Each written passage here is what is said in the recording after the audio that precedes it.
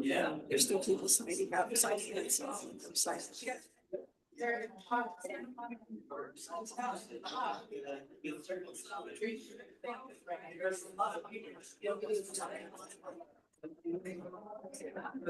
And this one's walking too. Yeah. You needed to turn that one up. It's this one on the far left here. Right. Thank you.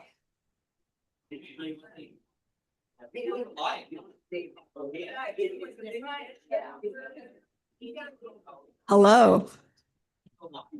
Hello. Hello. Testing 1, 2, 3. If you can hear the sound of my voice, raise your hand. If you can hear the sound of my voice, clap your hands. If you can hear the sound of my voice, clap your hand once. If you can hear the sound of my voice, clap your hands twice.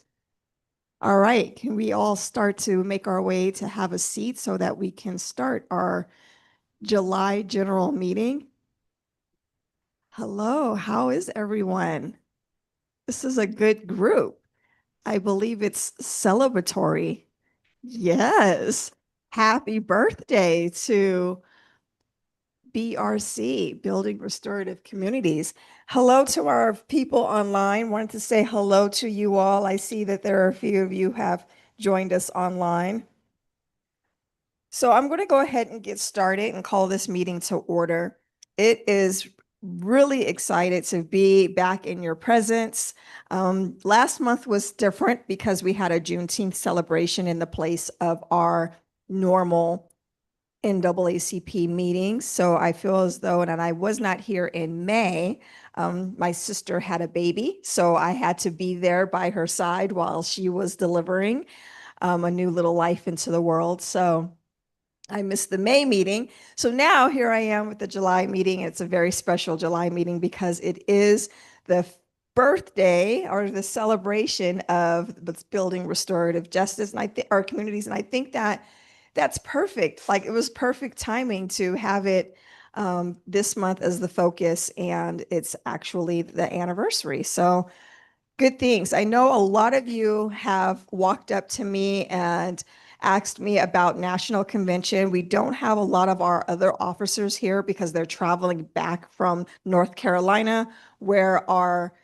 116th annual NAACP National Convention took place in Charlotte, and it was nothing short of amazing. Really, really good information. I won't spill the beans on everything that took place because that's part of our August general meeting where we're going to do a report out of what happened there. This year is unique because we were able to take a camera crew.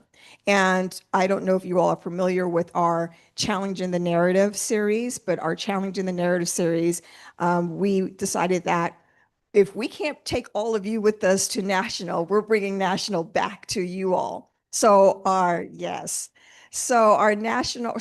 Challenging the Narrative for August will be the takeaways for National Convention. And just to let you all know how it works a little bit, we do have the adult portion of NAACP, but we also have our youth in college. And the youth in college, they have their conference simultaneously. And for those of you who don't know, this year we were able to charter our youth council for Spokane. So over the 100 years that we've had NAACP in Spokane, this is the first time we've actually had a chartered official youth council. So please give a round of applause for that accomplishment. And it's really hard. And the reason why I want to celebrate that, it's because for our youth councils age 16 to 25. And we know that 16 to 25, that attention span and that engagement is really hard to keep them engaged. 1. 2, because we do have college students that fall within that age group, a lot of them leave. They transition out of Spokane, they transfer to different schools, life happens for them. So keeping our numbers, you have to keep 25 students in order to be a youth council chapter in Spokane or in any city or state.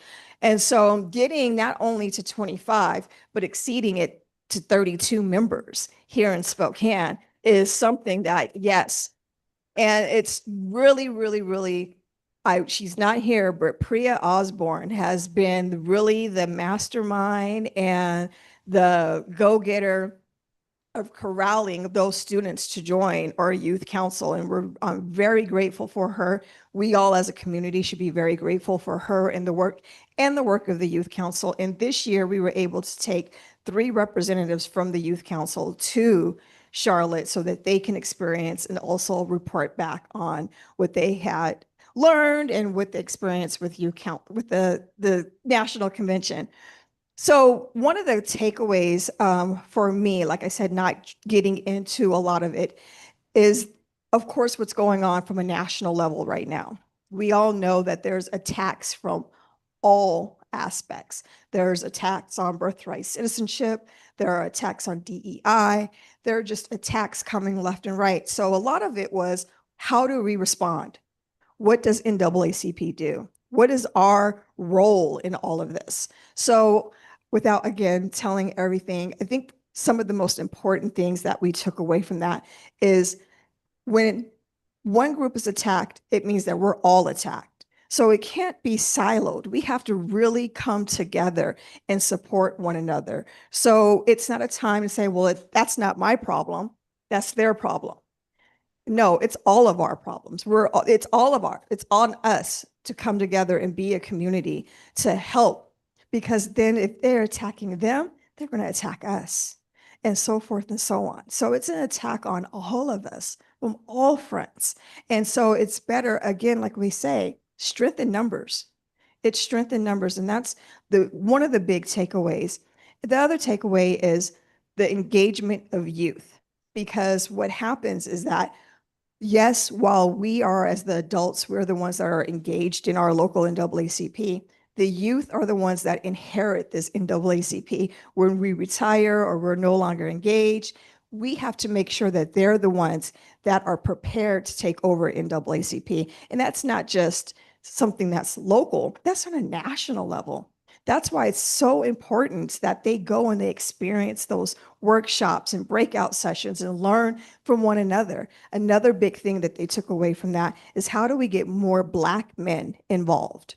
Because not just here in Spokane, nationally, the numbers of Black men involved in NAACP, it's very low. And lucky for our Spokane youth, they are so engaged. They were asking different chapters. They were going to chapters from Alabama or branches from Alabama, Florida, New York. How do you get your Black men involved? How do you get them involved in NAACP? And they have the exact same problem. It's more so 65% is the average of women who are involved in NAACP. So it's, how do we get our Black men involved? Because they too are attacked. They too are the ones that have a target on their backs. And how do we not only protect them, but how do we also get them involved in what we're doing, not only nationally, but locally as well? So there was a lot of takeaways from National Convention, meeting people, meeting other branches, networking.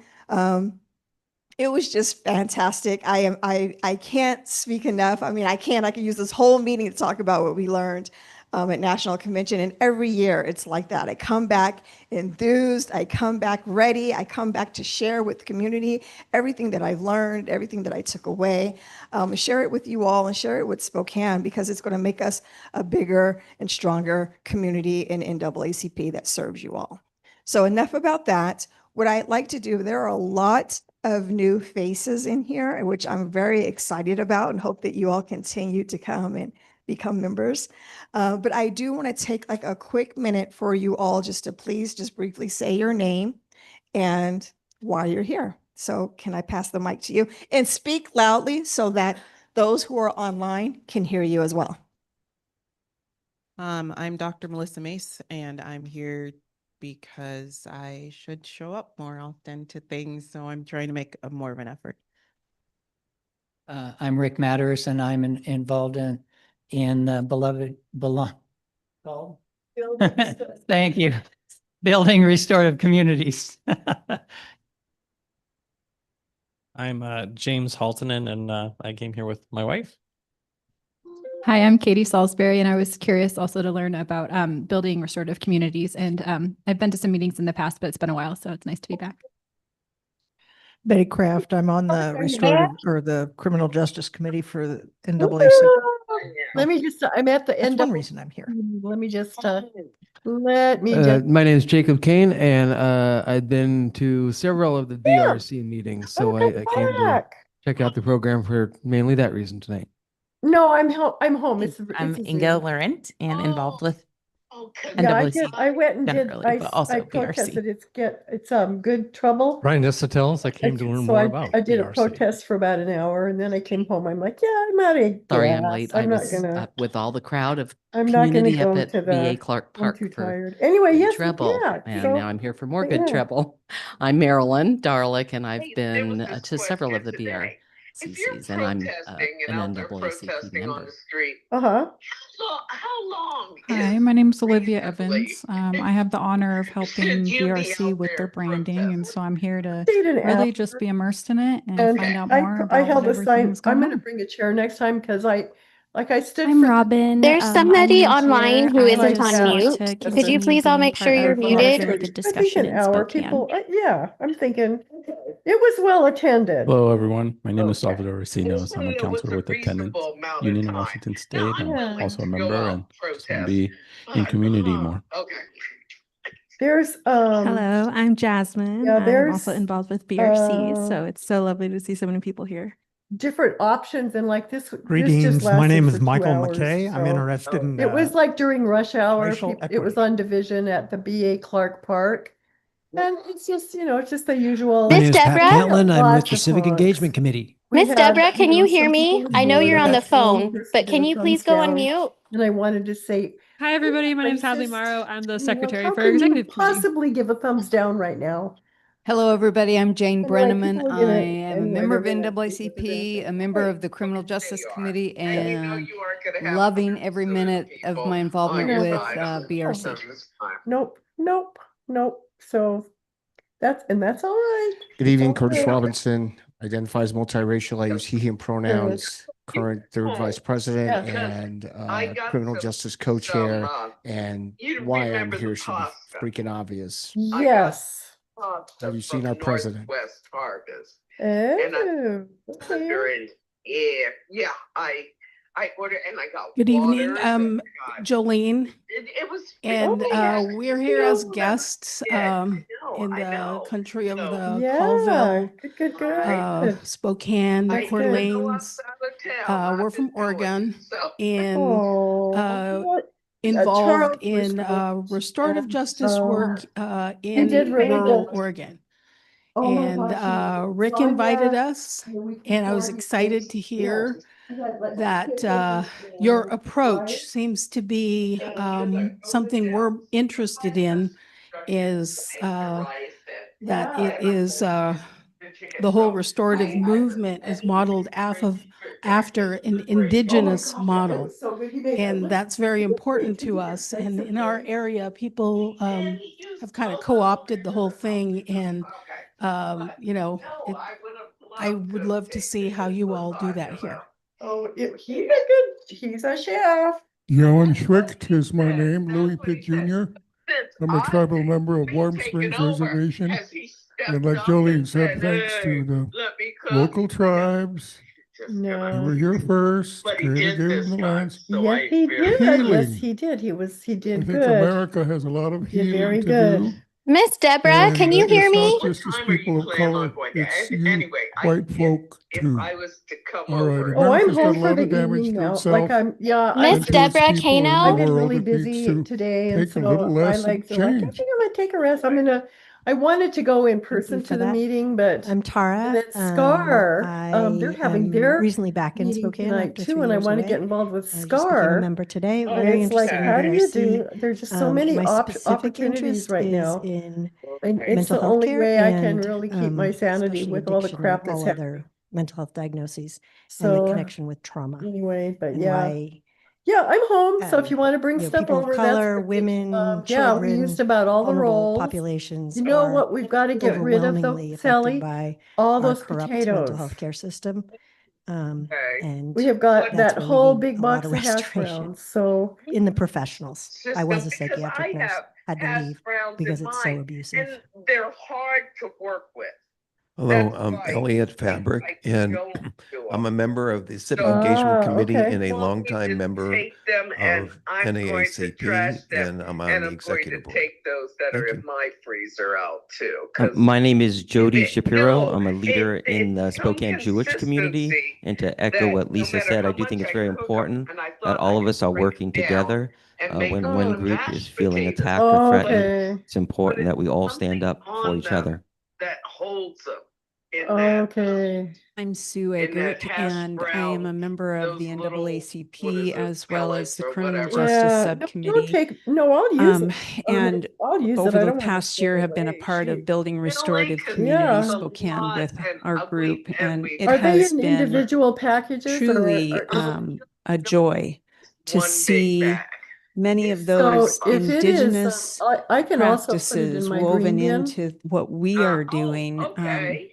So I'll and take a look if it's all freezer burned. truly learning from Because that otherwise rich tradition it's that not in has little packets, shaped but I so will. much of what we do in Yeah, circle So- groups. Yeah, So 'cause thank I have you a bag. for I coming and joining you us. want mine too? I think I just have the one. Good Oh, I don't evening. have I'm the- Shmerika I have that- Nakamura. That whole big I'm box is here in taking up a support of third of BRC. or a fourth of I don't know how to say it, like but I've member of got BRC. one I don't, shelf okay, for I'm a me, member and of then I've got BRC. that Inga said on yes. one shelf, so- And I also help with the work of restorative practice in Spokane Public Schools.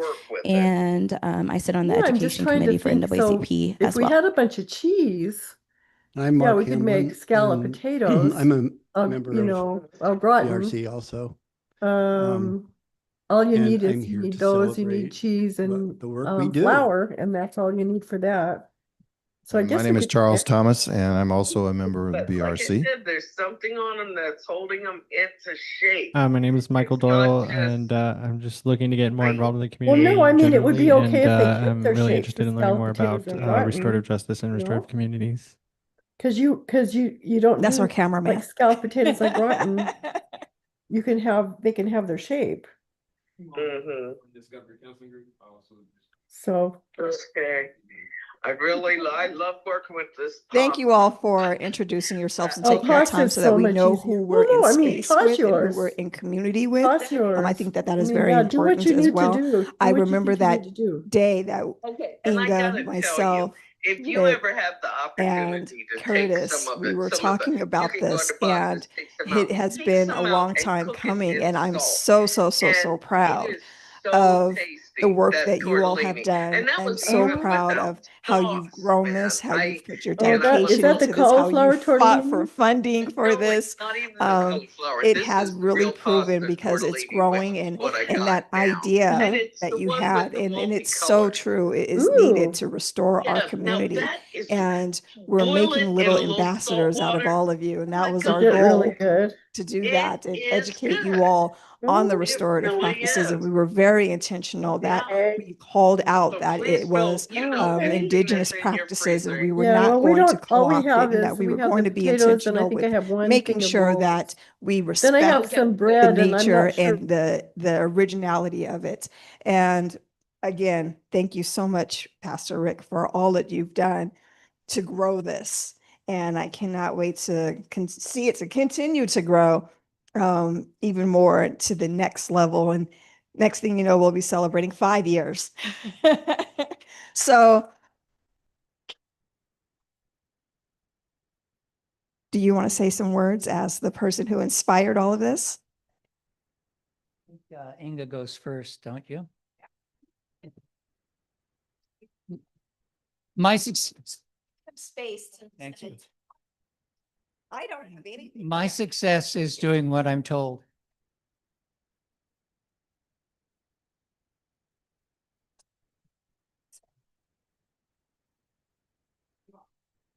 Oh, Oh, you're so sweet. Thank you. Absolutely. Okay, you can go to the next one.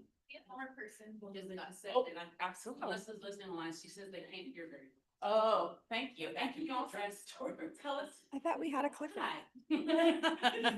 My name is Carla Gordon. Yeah, that's who I am. Oh, why am I here? Oh, because I love us. That's why.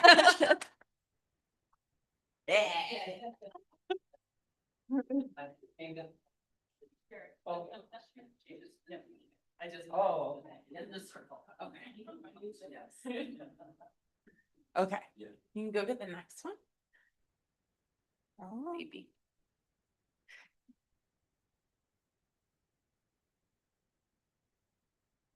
Is it down here? Yeah, but you can't. Yeah, I think it's probably this one. Oh, there we go. Okay, so we just did part of this circle, opening circle. We want to know who you were and why you're here. But it never hurts to do names again. So we're just going to ask for your name, and we're asking for a word, an image, a thought or emotion, or a sensation. Because remember, we're here when we're talking about restorative practices, we're talking about the body and getting into the body and integrating mind and body. And what's a word, image, thought, emotion, sensation that comes to you when you hear the term restorative justice? We're going to pass the mic around. My name is Inga, and my word is grounded. My name is Charles, and my word is linguistics. My name is Mark. My word is inclusive. And I think of repairing harm that is done to everyone involved. My name is Shamarika, and I think healing. My name is Marilyn, and I think of an embrace. My name is Sue, and I think of the word wholeness. My name is Carla, and the first one that popped in was home. My name is Jody, and the word that popped in my mind is feeling regulated. My name is Elliot, and the word I think of is acceptance. My name is Tara, and it's 2 words, collective healing. My name's Louis. Hope is the word that pops to my head. Jolene, listening. Michael McKay, reconciliation. Since my other word was taken, cleansing. My name is Jasmine. The word that comes to my mind is connection. My name's Robin, and the word that comes to my mind is calm. My name's Olivia, and I'm going to go for the image. I think of a puzzle that's completed with no broken edges, but everything is how it should be. But also just, meeting people's needs where they're at. My name is Jane, and the image that comes for me are like aspen trees where all our roots are connected with human beings, with nature, but that we're all connected. Brian, emergence.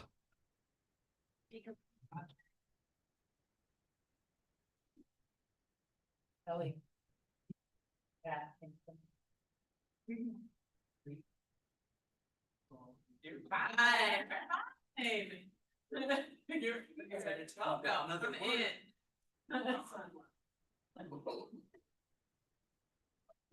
Okay, my name is Jacob, and my word is peace.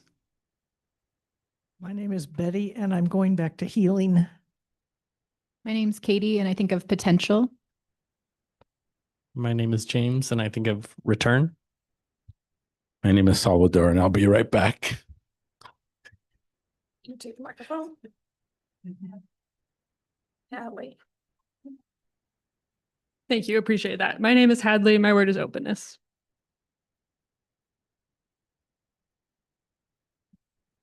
Yeah, Curtis Robinson, and context for my word, because I can think about the words that relate to it, but I appreciate the first thing that came to my mind is having to stay focused because of where we're at.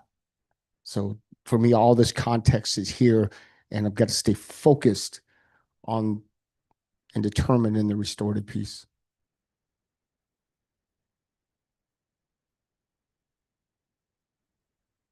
Salvador again, and my word is interdependent. Rick, the feeling of well-being. Restorative. Melissa, my word is,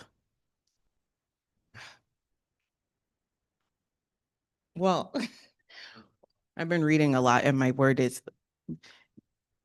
really honesty, like open and authentic honesty. My name is Kimani, and I'm doing a validation and accountability.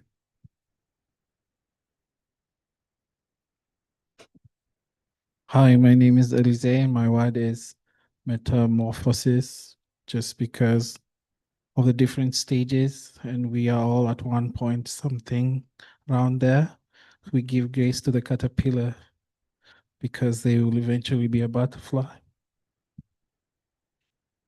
My name is Michael Doyle, and I also thought of hope and natural. Madam President. Oh, my word. I'm working. My name is Lisa, and my image is, I wanted to do an image and not a word. So my image is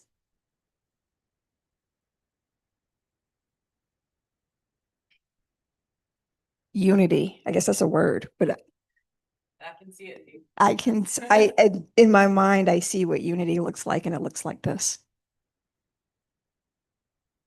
All right. So I think you immediately start to feel what is different about restorative practices and restorative justice. Even in a space where we don't have a lot of time, we're time bound, we create time. We create spaciousness. Can you see how this went around? And there were so many different perspectives and so many different words, yet we were all speaking a similar language. I think those are really important things about restorative justice. You can also see some of the values in that the equality. You saw people self-regulate. You saw people share time. You saw folks naturally kind of fall into circle math, is what we call it. We have this many people. This is how long it's going to take probably for everyone to get around. These are naturally occurring realities for us in restorative practices, and we believe they're naturally occurring for us because they have been with us since time immemorial. These practices are global Indigenous practices. So of course we owe a huge gratitude, a huge, why can't I say it? Debt of gratitude to the people from across the world who have safeguarded these practices and who have chosen to respect us as a society and our capability and our capacity to share those practices with us. And so we want to start, we can't start any place other than starting with storytelling. And so tonight we're going to tell you a few stories. We're going to tell you a little bit about the story of restorative justice. And we're going to talk about that because we don't like to tell you something without you experiencing it. We're also going to tell you another story. We're going to tell you a little bit about our story and the development of our story, this chapter, this initiative of the NAACP, the Building Restorative Communities initiative. And then we're going to create a new shared collective story about where we might go together in this work. So the first thing we're going to do, hi, welcome in. Hi, Joan. Hi, Joan's friend. I can't remember your name. come on in. We're going to actually show you about a 6-minute video clip. Some of you may have seen this before, but we don't think we can start a conversation about restorative justice or restorative practices without having a common foundation. And so we're going to show you this clip so that we can all speak a shared language together and get a little bit of a baseline of a shared understanding of what restorative justice and restorative practices is. So if you cannot see, we invite you to kind of like scoot your chair off to the side and turn around for this 6-minute video.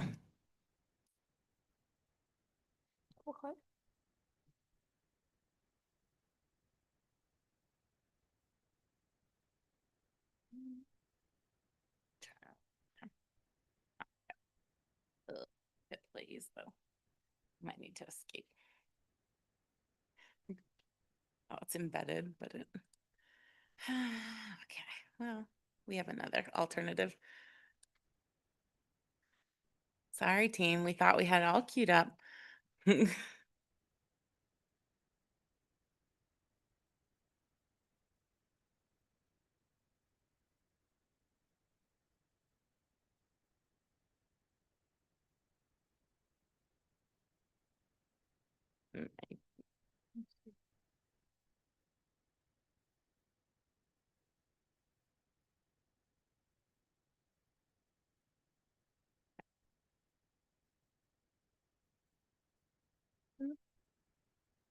Where'd it go? Where'd it go?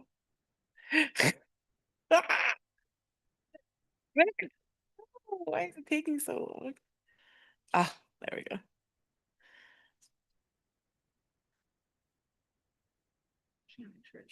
Everybody, welcome. Oh, yeah. Today, I want to tell you a pretty short history of restorative justice. And I'd like to start off by telling you the story of restorative justice. Now, we'll start with a quote, and at first the quote may feel just a little bit weird, but I promise you to stick with me. It'll become a lot clearer in the end. So, for it's been said that restorative justice is the dominant model of criminal justice throughout most of human history, or perhaps most of the world's people. Now, let me tell you the story. So human history has a really long arc. And if you think about it, most of our human history was spent in small, interconnected tribal bands. We had your hunters and your gatherers, people to take care of the children. So it was a literal, it takes a village to raise a child. And we looked a lot like this, small interconnected circles. Whenever anybody committed a wrongdoing, the whole idea was to bring that person back into the fold. It was for restitution and restoration of the relationship so that the community would stay whole and interconnected. And in order to do that, we needed to bring the person back into the circle. We needed to talk to that person about the consequences and the harms that they caused by their action, and ultimately try to bring that person back into alignment with the morals of the group and the group norms. And that pretty much lasted, again, for the majority of human history. Then we went to a structure that looked a little bit more like this. And that started about the Middle Ages, the feudal aristocracy age. Remember? Kings, queens, lords, and ladies at the top of the pyramid and sort of everybody else underneath. Food, instead of all being communally shared and hunted and gathered, went under lock and key, and it became a society that was a lot more hierarchical. Now, the kings and queens and nobles and lords wanted a more organized structure of justice. If you think about it, that makes sense. They were trying to establish very ordered kingdoms. And so having people in small groups resolve their own problems was not something they were too interested in. So they had a neutral third-party arbiter appointed to come in and to listen to both sides and determine who was due restitution. And so the restitution would flow from the wrongdoer to the victim. And it had very laudable goals. You wanted to have something that was extremely consistent across the board. So I understand why it was done. But in doing so, some of the values that we had in this small interconnected group really grew thin. the ability to work through your problems and to have the rights and the responsibilities to sort of solve your problems and think about forward action and what you would do so that this wrongdoing that occurred wouldn't happen again, kind of went by the wayside. And what started happening is you had, yes, at first just a neutral arbiter, third party, and they took a small fee, of course, for that. Then seeing how that process worked, the kings and noble people and lords and ladies, etc., decided that they would continue to grow that type of a process. So what started with one third-party neutral arbiter grew into a system larger and larger and larger. So we had people who were enforcing the law, we had people who were investigating, people who were prosecuting, and people who were adjudicating. Dun, dun, dun. Does it sound familiar to the system that we've developed today?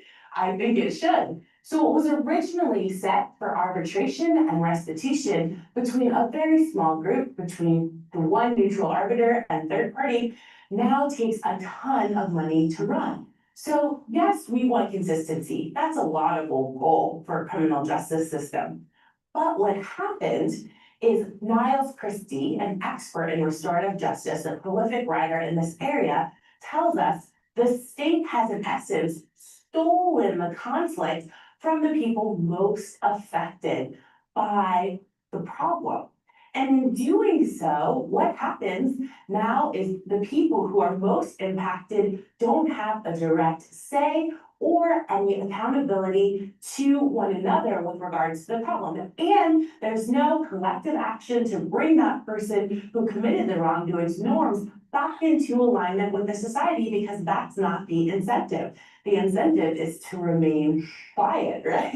You have the right to remain silent. Anything you say will be used against you, etc. So we have new processes and procedures, which really prevent someone from coming back into the group to apologize or to understand the complexities of what they've done and the harms that they've caused. This has really created a counter incentive to what I would call true accountability and a potential way to move forward together as a community. And Niles Christie said that in essence, when you take the rights and the responsibilities away from people to resolve their conflicts, that you create rifts in the fabric of society and community. Because it takes a lot of work to stay in community and to reaffirm those values and norms that we have.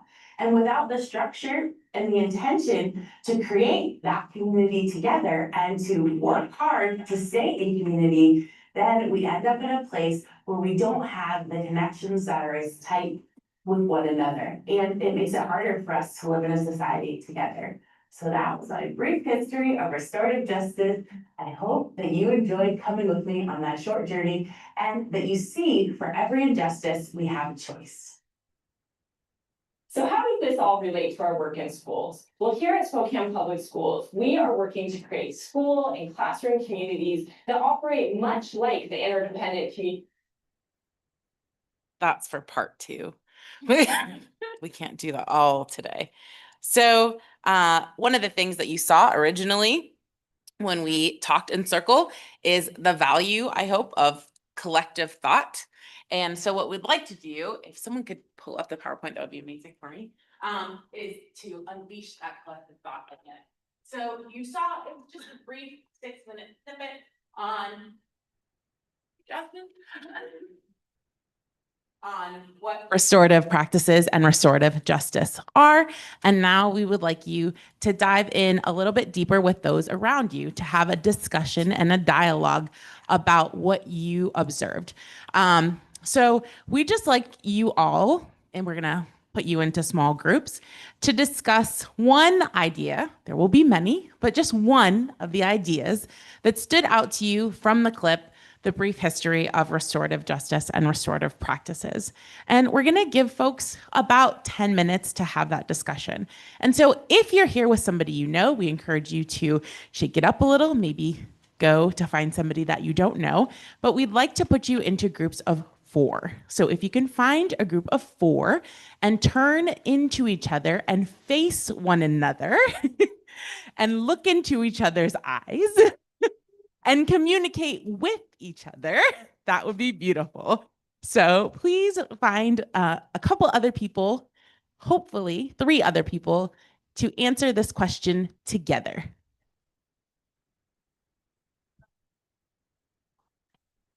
Yeah, we can. I just can't facilitate it. Yeah, so I'm ready.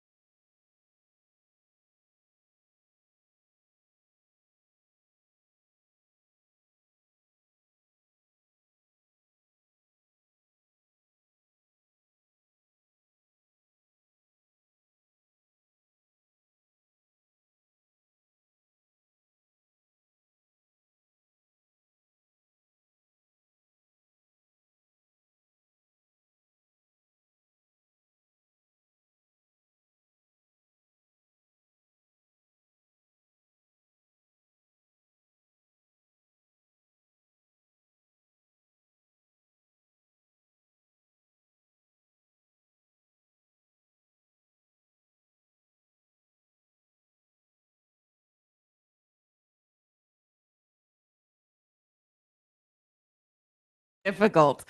You can see it. People are like ready to keep talking, ready to keep engaging. We love that. And we're going to ask to tell you another story. So if folks don't mind, if you could come back into sort of a circle, we have another story to tell you.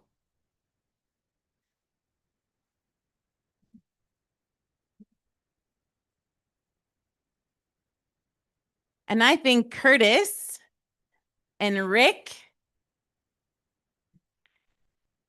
are going to come into the circle with us. There we go. Thank you. All right, Curtis and Rick, y'all have a mic over there? No? Okay, I'll give you one. So we're now going to transition and tell you a little bit about BRC, this building restorative communities you keep hearing about. Tell you another story. It's our story. Okay, about 2 or 3 years ago, Curtis and I were co-chairs of the Criminal Justice Committee, and we were noticing how dehumanizing and harmful it was, and it was hurting people more, and it was hurting the people in the system who were gleefully or obediently hurting more people. It was just so destructive. We began to talk about what's another way. And then Curtis was called upon to be president of the branch more than not 3 times is the charm, I think they say. But anyway, so I met with the committee and we set some goals. We were, no new jail was an immediate goal, but the long-term goal was to restore, to bring restorative justice to the criminal legal system. And that's where it started. And it just began to, like dough, ferment. Does dough ferment? Rise. We rose, you know, so yeah, right. Over time, and we just gathered and talked, and I had coffee, and then other people just came together. It was like magic. It just happened. As a person, a Christian pastor, I'd say it's the Holy Spirit moving things, but there's other ways of looking at that. I talked to Jonathan Teeters, who is at the Empire Health Foundation, who has source of money. Yeah, money's good. And yeah, water's meat now. And he helped. Inga came. Curtis was there from the beginning. Julie came. Lisa came, then Julie.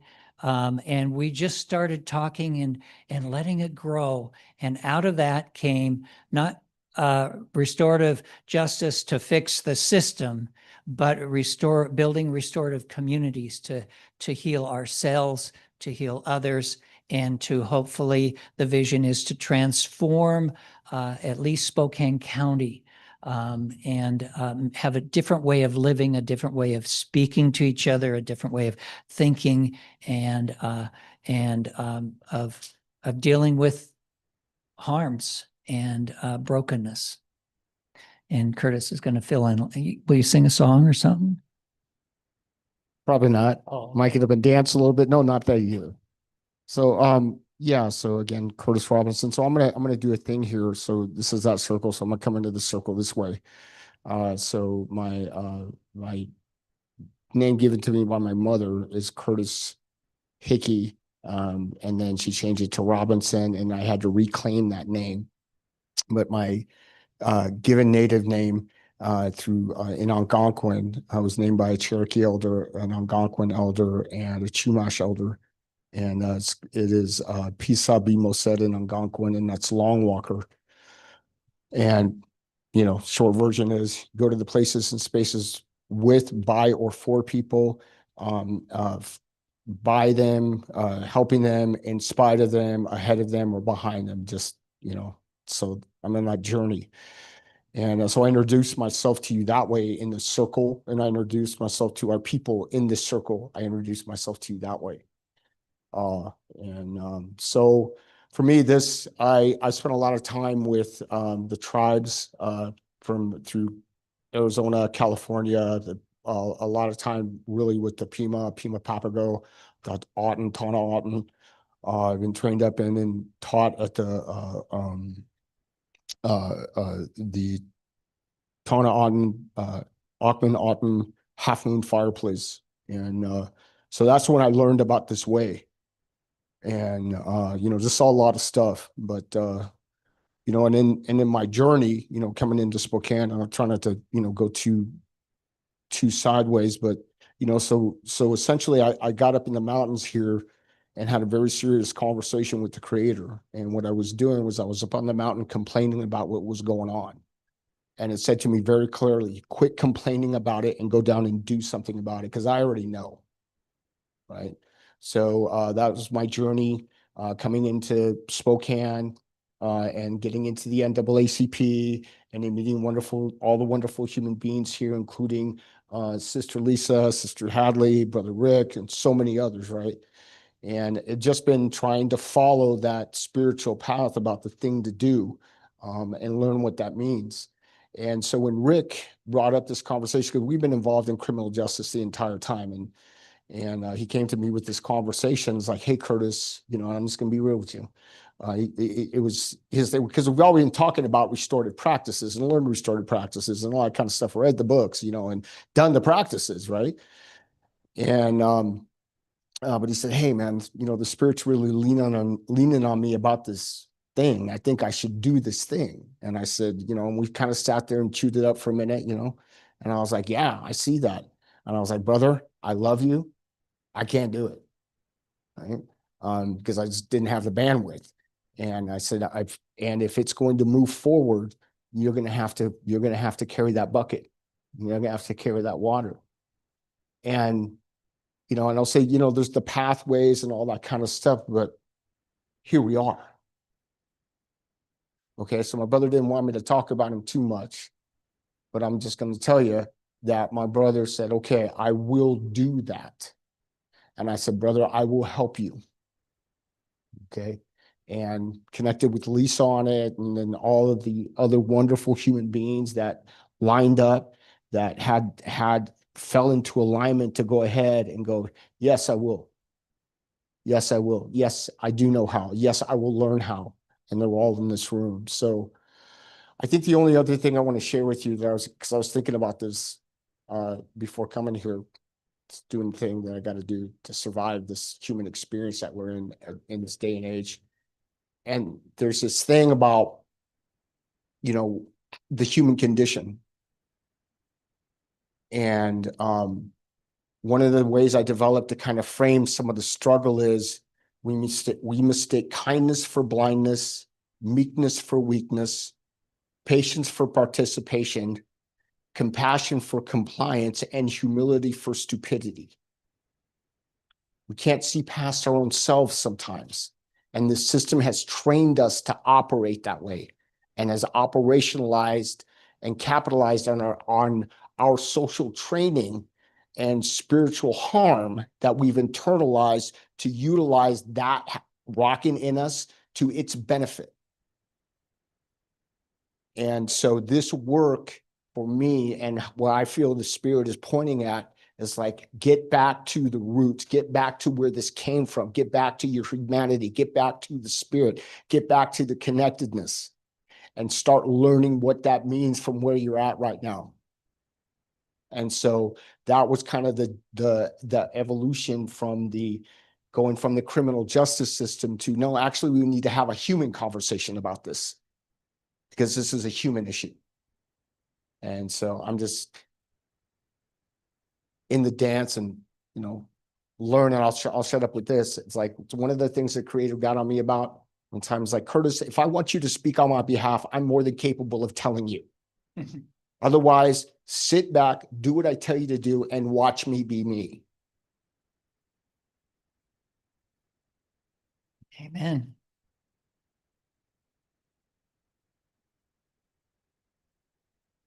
Thank you. So I have a little bit to share with you about what we've been doing over this last year. But more important than that is the story of how this makes us feel. We can tell you numbers, we can tell you information, we can tell you facts, right? But we're really not that interested in that. A lot of what we're interested in is counter values, countercultural values. And so feeling, connecting to ourselves, connecting to other people is really, really important to us. We want to share with you because we've been tasked to share with you. And there's also a space for accountability in this work.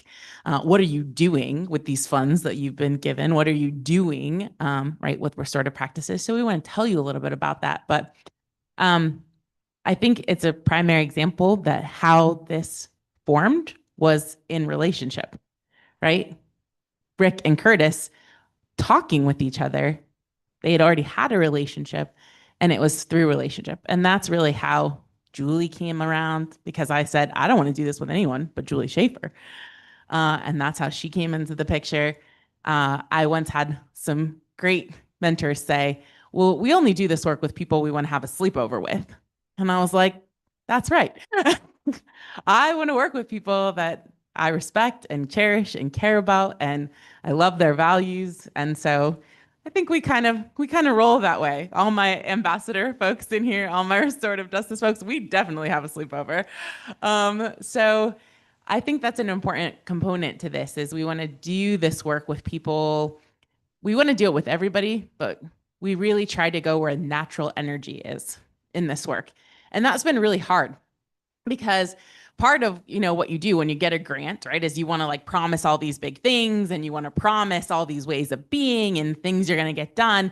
And we have had to work very hard to stay true to the energy of what's developing around us, and to not get out ahead and in front of what restorative practices is meant to be here in this community.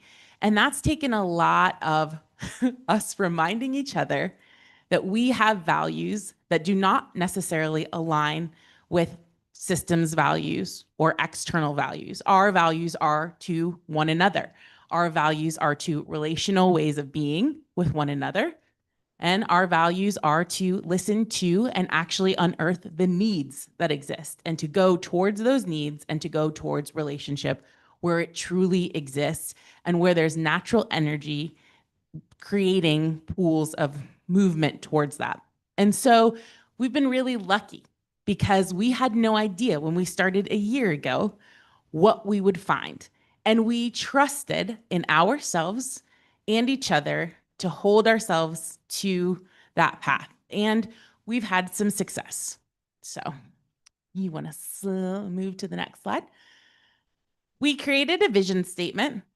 That was one of the first things we did, because we wanted to have just some guidance and some guiding principles, how we would do this work. We knew it would be relational, and we knew it would be energetic, and we knew it would be about needs. But here's what we came up with. Building Restorative Communities is an initiative of the Spokane branch of the NAACP, and we're very proud to be housed in this organization. Our vision is to build more restorative communities by educating ourselves about the roots, principles, and values of restorative justice, and by creating spaces to put these into practice. And here's some of what we've done over the year. So we've hosted community events. We have done community relationship building. We have had lots of community participation and community education and outreach. And when we send this PowerPoint out, we will have those bolded in black so everybody can read them. But I would love to tell you about these. Oh, look, it's so much better. You have to listen now. Okay. We've had over 30 events, restorative practices, and that's public events. We have done over 7 book study groups, and we've had private events. So what we do when we typically do these experiences, we've watched movies together, we have read books together, is we're trying to do what we would call public sensitization. So what is restorative justice? What does that mean? It can be a scary term. It can also be a politicized term. And so we want people to understand what that is. And so we do that by really low barrier, easy access into the space of what is restorative justice and what is restorative practices. And so what we'll do is we'll pick a book up on restorative practices. You can see them back there. We'll give those books out into the community. We'll make sure everybody has copies of them. And then we'll sit together in the library and we'll just read. And then we will talk from our own personal experience about what that means to us, because we believe in collective knowledge. Or we'll watch a film. We'll have an experience together. We'll watch a film on restorative practices, and then we will share together what we experienced, not only from that film in terms of emotionally an embodied experience, but also what we saw unfolding in the process of restorative practices. And then we evaluate that way, because people are really wise. They have the knowledge to do this. It lives within us, but people often are scared of these topics because they are large, sometimes they are intellectualized. And so we're really big believers in that. So we've hosted over 30 community events, and we're really super proud of that, especially for only going for a year. We've held a lot of individual meetings with community leaders. Not every organization is at a point where they are ready to engage in this work, but a lot of people think we need a different way of doing things. We believe the best entry into this work globally, concentrically, especially in concentric circles, it starts here, is to build relationship with people. And so when we have these community individual meetings, that's what it is. We go to coffee, we sit down, and we say, tell me about you. We don't even say, tell me about your organization. I want to know who you are. I want to know who you are as an individual, why you're interested in this work. Tell me about your relationships. Tell me about what's going on in your life. And so we build relationally before we even introduce the idea of restorative practices or what it is or why it's important. Once we establish relationship, we open the door and we invite, but we never push. I remember having a meeting with a group that does work with victims of domestic violence. And they were like, we're really interested in this idea because victims are so dissatisfied, but we don't know if this is right for us. And so our answer was, we have some books, we have some resources, we have some videos, we have some small groups. I'm willing to come and just chat with you. I'm willing to talk to your whole team if you want. And it's all in your court. Here's some articles, here's a resource bank for you. Now you take this information, and if and when you are ready, we are here. But that's it. That's what we do. We just preach the gospel, if you will, of restorative practices and let those relationships form when and if they are ready. Because part of another value of restorative practices is agency. People have agency to make their own choice, and their own informed choice about participation, and meaningful participation requires informed agency and consent. Without that, we can't have a true restorative conversation and practice. We have met with organizations like the Spokane Tribe, the Spokane Police Chief. We have done deep work with the Spokane school districts. We have a representative here trying to support that team. Not only support that team in restorative practices out there, but support that team in relationship building and in being together, so that we can strengthen who we are as individuals to be able to go out and do this work, because it's hard work, as you saw right from the video. It's hard work to hold people together. We have participation in local and state events, Restorative Justice Roundtable, the Spokane Community Safety and Justice Community Building. We also have had a lot of community participation. We have interfaced with over 200 people at public events. And we have a mailing list now of over 140 community members, which we're pretty psyched about. We have 9, and we are growing, building restorative community ambassadors, who you will hear from very soon. These ambassadors are kind of a cornerstone of the restorative movement. When Julie and I came into this work as consultants, we were like, we don't want to be the holders of this work. We want to help you get it off the ground. We want to give you the tools and the resources, and it should grow naturally from people, from community. It should never be held by any one or two or even a committee or a leadership team. It should be held by people, because that's how this movement grows. That's how this movement should, its origin, and that's how it should be in the world. So we formed a team of ambassadors because we wanted to get those ambassadors skilled up and sent out, right? We want you skilled up, and we want your ideas about where restorative practices can live in Spokane, in communities. And they have been doing such a beautiful job of taking it into different and various places. And then what you see is these concentric circles rippling out and touching more and more people and informing more and more people about the idea. So we're thrilled with that because it's not ours. We don't want it. We love it and we want to be a part of it, but we don't want ownership of it. It should never be owned by anyone. It's nothing to be owned. And we do community education and outreach. So we have distributed over 200 books in Spokane on restorative practices. So they are just floating out there in the world, and people are passing them around to other people, and they're showing up in little libraries. And the theme, restorative practices and restorative justice, is starting to bubble up in everyday conversation in this community. And that was our subversive goal. So we're very excited about that. We have now a social media presence. We have the Facebook and the Instagram. And Olivia is over there, wonderful Olivia, of Mama Wolf Media, is helping us develop our story and get our story out even further. We have had 6 guest articles in the Black Lens. We've done a KYRS interview. We are going to train the Spokane County Bar Association. We've worked with Everyday Mentors and the Locked In Fathers Alliance. We've hosted the movie Daughters and had community conversation. I mean, the list goes on and on and on. And this is from basically sitting down and having a conversation in the picture that you saw over a year ago. We followed the natural energy, and it's exploding in like a positive way. I don't know. Exploding seems to have a negative connotation, but it's blooming, it's blossoming, it's growing. And we couldn't be prouder. And yeah, we just want to keep the energy going. And we're excited to finish up by telling you now what we've done, but more importantly, telling you how it feels to the people who have been involved in it. And so we would love to pass the mic to some of our ambassadors to just tell you a little bit. I think there's a slide. Our why. So this is why BRC matters to me. So ambassadors, you each have a little bit, like a minute or so, to tell us.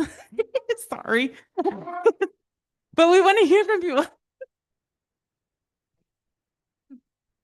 Hello, I'm Jasmine. I'm the Racial and Social Justice Specialist at YWCA Spokane. That upper picture that you see up there, you see it says Equity for All. So I was in charge of having an event, community event, Equity for All.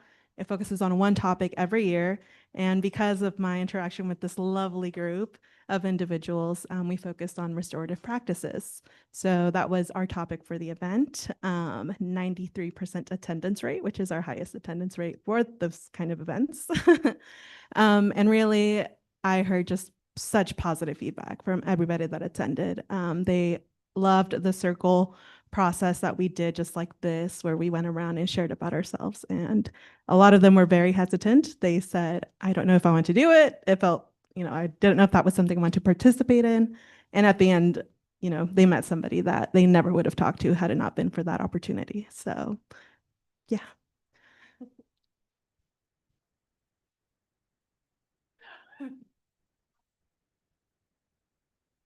It also allows me to talk longer.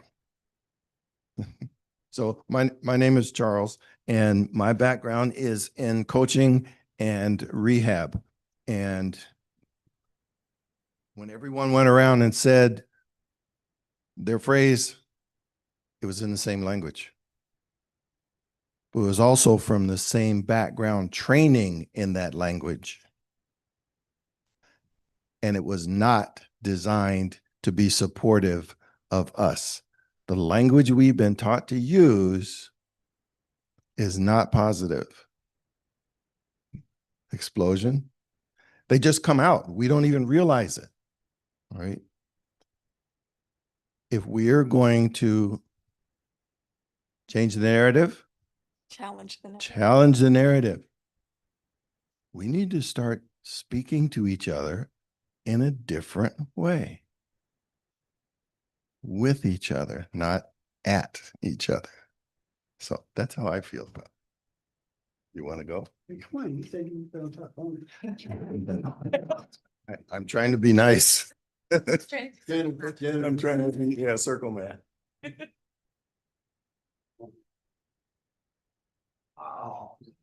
I just want to let you know I signed up as a photographer tonight because I don't often like speaking. But one thing I will say that I am really appreciative of for BRC this year is creating the experience and opportunity to understand what the restorative process looks like. As someone who works in education and who helps with getting teachers on board, I have just really learned that having the ability for everyone to experience what it means to be a part of this movement is really important. So being an ambassador means that we also get to share space where we can experience healing. Like every time we have a meeting, I'm like, I always walk away and I'm like, thanks guys, this was a great time for me to heal. I really appreciate it. Thanks for my free therapy today. Because being in that space and having that opportunity to listen, to validate, to hold space for accountability is really rewarding. And it also fills my cup to go out and do that work further, right? Because sometimes working and grinding in this capitalistic society, it gets exhausting. And so having those opportunities for me to experience the process while I can empower other people to experience the process is really meaningful. So I'm just so grateful that this is the vision of the movement by empowering others and ensuring that people have that experiences in different spaces, right? Like Inga named so many opportunities where it's individual, it's in groups, it's watching a movie, it's reading a book. All of those opportunities to expose people to what this process means has really done a great justice in our society, like in our local community, because people have experienced it. And I think that's really validating. Like you're all experiencing it right now. I didn't want our group to end. I'm like, that was not 10 minutes. I'm pretty sure it was 5. But that opportunity to experience what this means and to slow everything down is really powerful and transformative.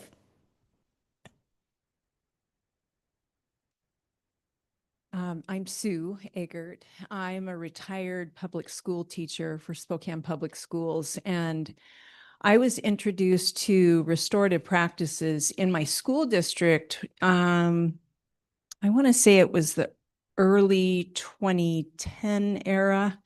And when it was first introduced, just as in any system, you're going to have some people buy in, some people observe, and some people reject. And I felt like there has to be a way for this to impact my students in a positive way. And so I used restorative practices for basically the last 9 years of my teaching, and it transformed what went on in my room. And so now my building had certain teachers who would say, so what are you doing? And I said, well, if harm was done to the class, then I'm not going to send a kid to the principal to deal with the harm that was done. That student is going to deal with the harm he did here in my room with me and or with others who were harmed. And then we restore the relationships. And so when Rick had first mentioned this at one of the criminal justice subcommittee meetings, my ears perked up. Restorative justice. Okay, how are we going to address that? And this has just been such a life-giving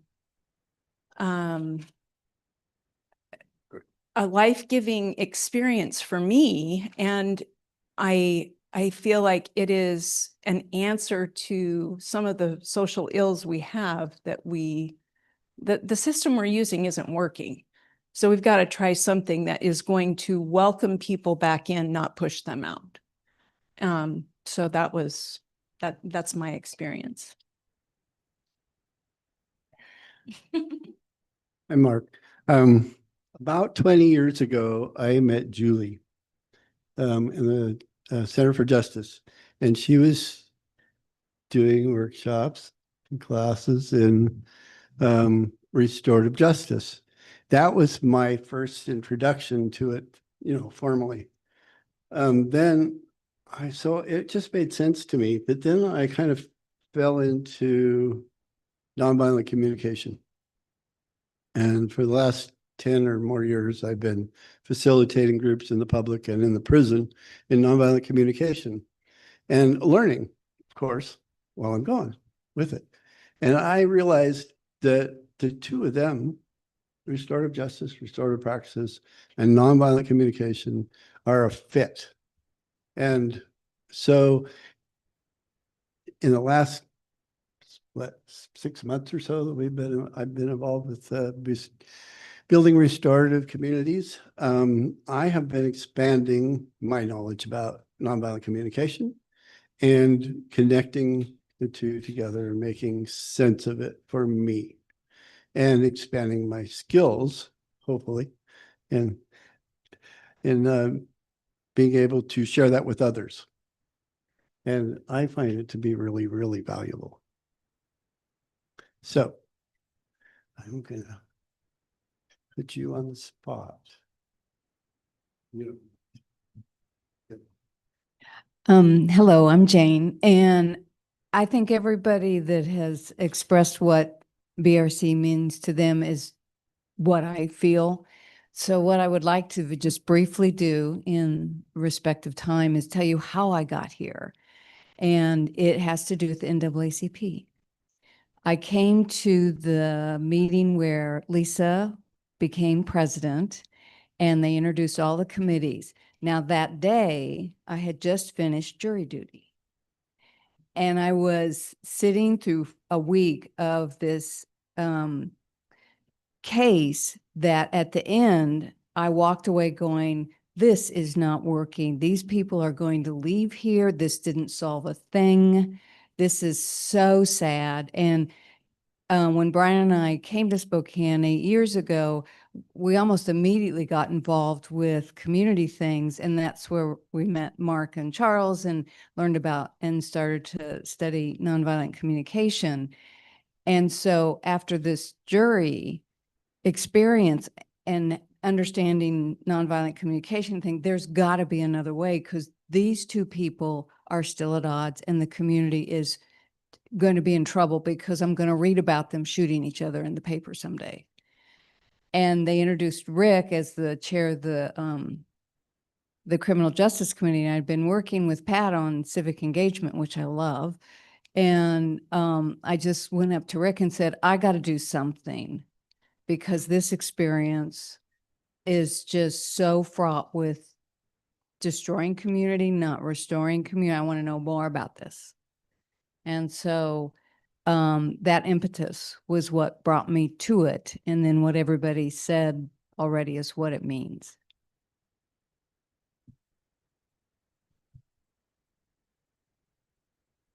All right. So we are closing in on time. We always try to respect time.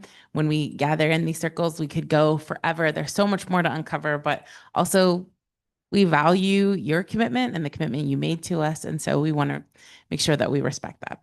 And so we have one last question, and we have about 5 minutes. And so what I would like to do is just ask people to find a partner. And in that, you'll get to share with a partner. And then in that, we can make it a little bit shorter for everybody, so everybody gets to express. But we just like to ask you now to discuss a curiosity and a clarity.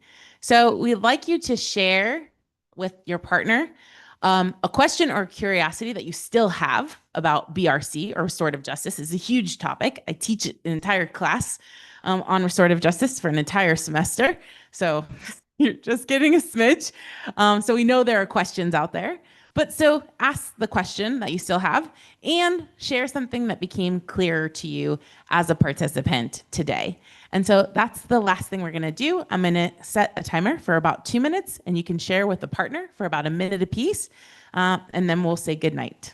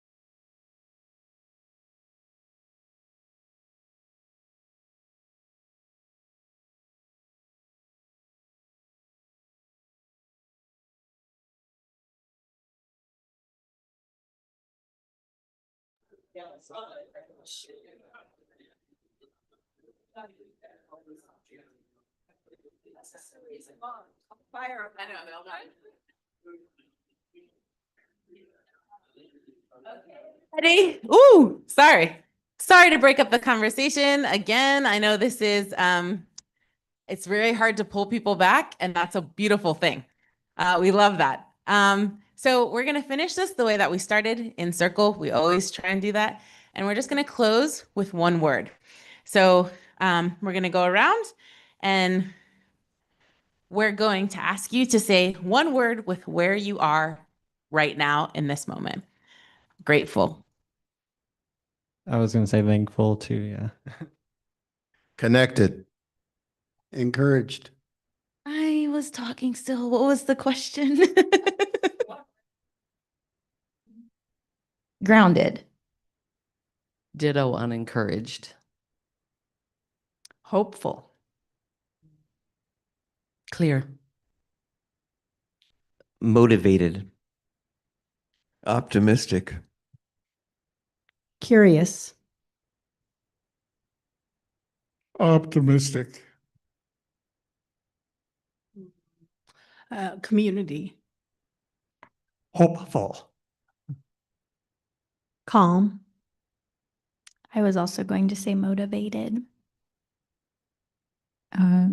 Nurtured. Joy. Cautious. Happy. Energized. Hopeful. Hopeful, I guess. Inspired. Very thankful.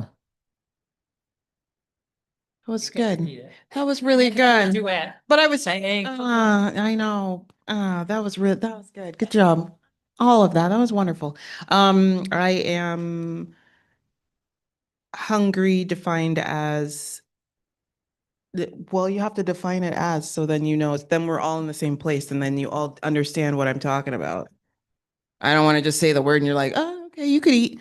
I'm hungry as defined as needing more knowledge and information and ready to receive it. Oh, I'm sorry. Try me. I'm just gonna prep it. Mine's gonna be 2 words. On guard. Enlightened. Grateful.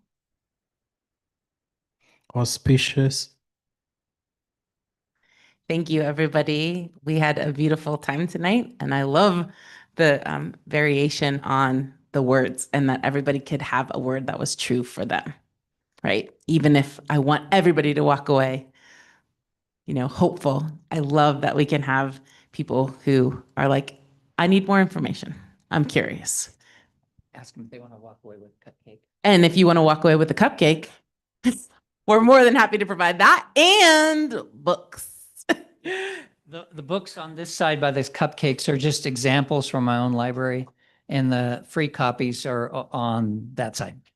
We also have the QR codes that you can get more information. We have a sign-up sheet. We also have flyers, which have our newsletter and our upcoming events. And that the newsletters also have these QR codes. So we love you, and we do love you, and we also want to stay in touch. So we'd love to have you stay in touch, but we also love you. All right. Good night, everybody. Thank you. Be well.